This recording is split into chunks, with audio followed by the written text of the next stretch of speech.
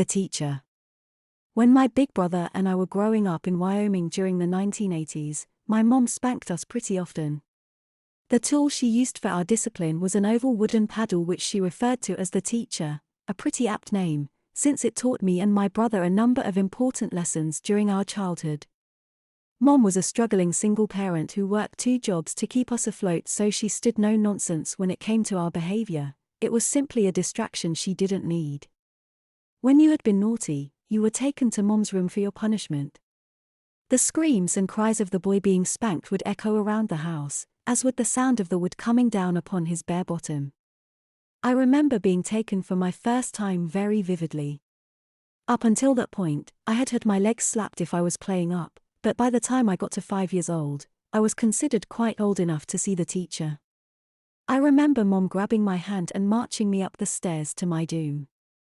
Until I got spanked with it myself, I had not seen the teacher, but of course my brother delighted in regaling me with scary tales about it, tales which the sound of his own crying reinforced whenever he got taken upstairs for it. I can't now remember what I had done wrong, but I do remember Mom closing the bedroom door behind us, then going over to her dressing table and extracted the teacher. It wasn't huge, but back then I had a little bottom and the paddle was big enough to easily cover both my buttocks at the same time. Mom sat on her bed and called me over to stand by her knee.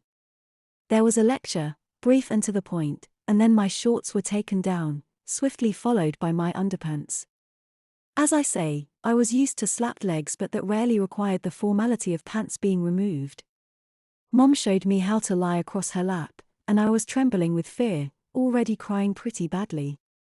This crying turned to wild screaming as she held me firmly and brought the teacher down on my now defenseless bottom. I had never felt so much pain in my young life, and the next few minutes were just a tearful, snotty blur, to be honest.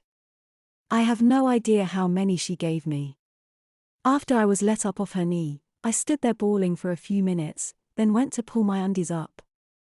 Mom landed another painful slap across my bare behind, this time with the palm of her hand, and said, "Oh no you don't, mister. You just go over to the dressing table mirror and look at your backside. I want you to remember what a naughty boy's bottom looks like." I did as I was told and was horrified to see that my bottom was red, almost purple, from the paddling I had just been given. The teacher had made his point all right. Finally, she stripped me and packed me off to bed early.